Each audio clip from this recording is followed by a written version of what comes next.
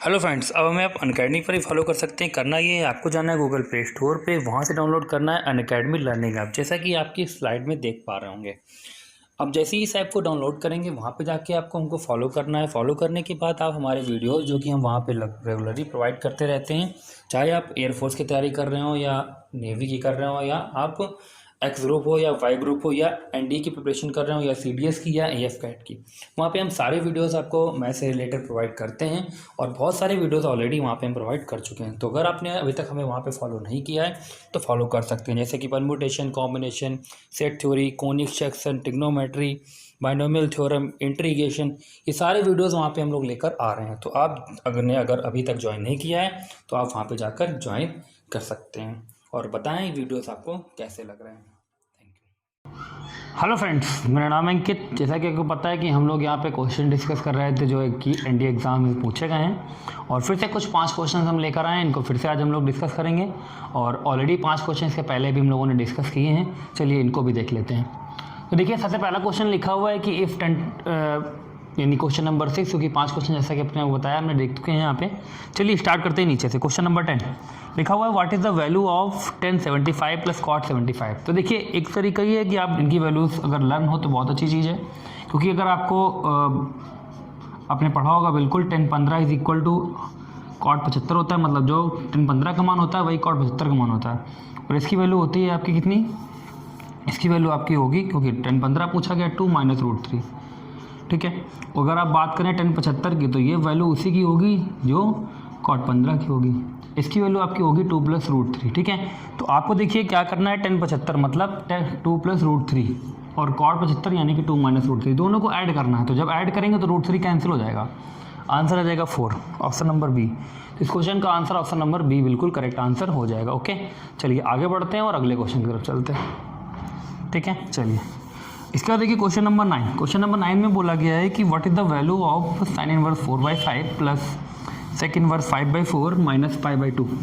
इसकी वैल्यू हमें बतानी। देखिए इसको कैसे करना है, देखिए काफ़ी इजी क्वेश्चन है, ठीक है।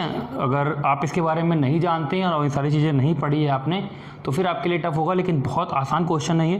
देखिए कैसे, sin इनवर्स 4/5 को मैं टच भी नहीं करना है। इसको हम लोग क्या लिख सकते हैं, इसको हम लिख सकते हैं cos इनवर्स 4/5। क्यों, क्योंकि ऐसा इसलिए हम कर सकते हैं क्योंकि आपने पढ़ा है कि sec inverse x is equal to होता है cos इनवर्स 1/x, ठीक है। बिल्कुल वही चीज़ है। तो अब इसको चेंज करने से ये हो गया, ये देखिए हो गया sin inverse x plus cos inverse x। और सभी को पता है कि sin inverse x plus cos inverse x की जो वैल्यू होती है वो π/2 होती है। ओके, तो यहाँ पे आ जाएगा π/2 और एक π/2 आपको पहले दिया हुआ है, दोनों माइनस हो जाएंगे, आंसर हो जाएगा 0। तो आंसर नंबर डी इसका करेक्ट आंसर हो जाएगा, यानी कि 0। ओके, चलिए आगे बढ़ते हैं, अगले क्वेश्चन की तरफ चलते हैं।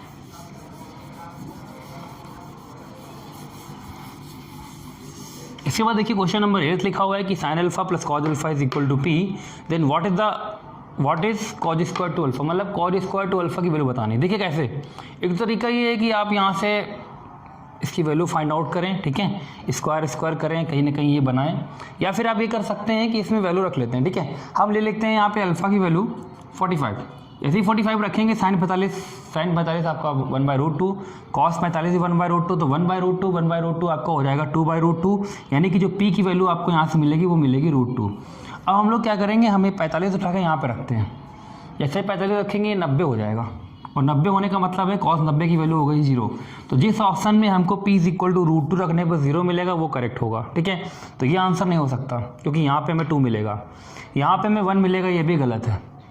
ये हमको कितना मिलेगा 3, ये भी गलत है। तो जाहिर सी बात है एक ही ऑप्शन बचा है, वही आपका करेक्ट होगा। बाकी आप देख सकते हो, जैसे स्क्वायर करोगे तो ये 2 हो जाएगा, और 2 माइनस 2 पहले ही 0 हो जाएगा, तो आंसर सी करेक्ट है। इस तरीके से करना है। ओके, चलिए आगे बढ़ते हैं।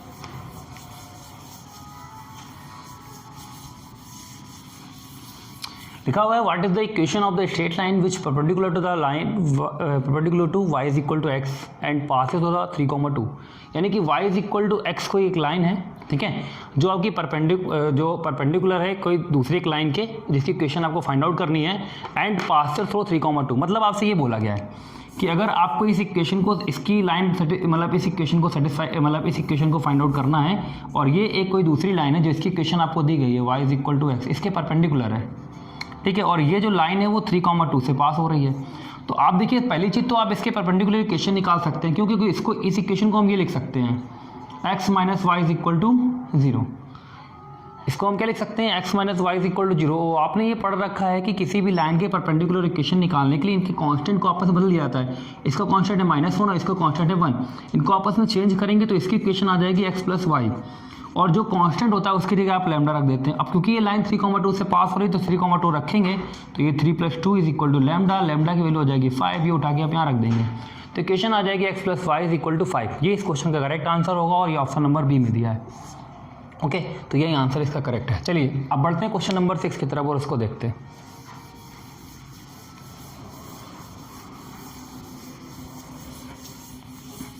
देखिए क्वेश्चन नंबर 6 लिखा हुआ है कि if 10, 26, 10, 19 are the roots of the equation x² + px + q = 0, then which of the following condition is true. मतलब आपको बतानी है इसमें से कौन सी कंडीशन जो है वो आपकी करेक्ट है। ठीक है, देखते हैं कैसे करना है इसको।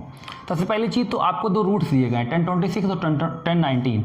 हमें पता है कि सम ऑफ द रूट्स यानी कि 10, 26 + 10, 19 इज इक्वल होता है -b/a। ठीक है, तो माइनस का बी यानी कि कंपेयर अगर इसको हम लोग कराते हैं x² + bx + c = 0 से, तो आपको b की वैल्यू माइनस का b की वैल्यू p मिल जाएगी, माइनस का p मिल जाएगी, और a है ही नहीं यहाँ पे, तो मतलब इसकी वैल्यू हो जाएगी माइनस का p। जबकि प्रोडक्ट ऑफ रूट जो आपका होगा 10, 26 इंटू होगा आपका 10, 19 जो कि c/a होता है, और c की वैल्यू यहाँ पे q दे दी गई है। ठीक है, अब अगर आप देखें तो 26 और 19 का जो सम होगा वो आपका 45 हो जाएगा। कितना हो जाएगा, 45 हो जाएगा। अब देखिए इसका फ़ायदा कैसे उठाएंगे आप। आपको पता है कि 1045 को हम लिख सकते हैं कितना, जो कि इस क्वेश्चन में लिखा है 26 + 19।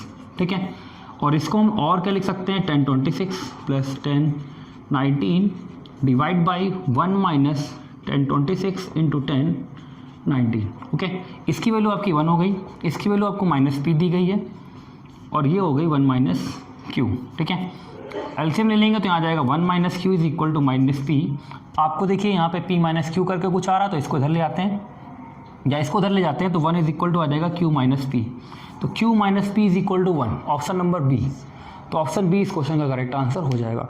तो ये फिर से नेक्स्ट 5 क्वेश्चन थे, फिर बाकी आगे क्वेश्चन हम और देखेंगे।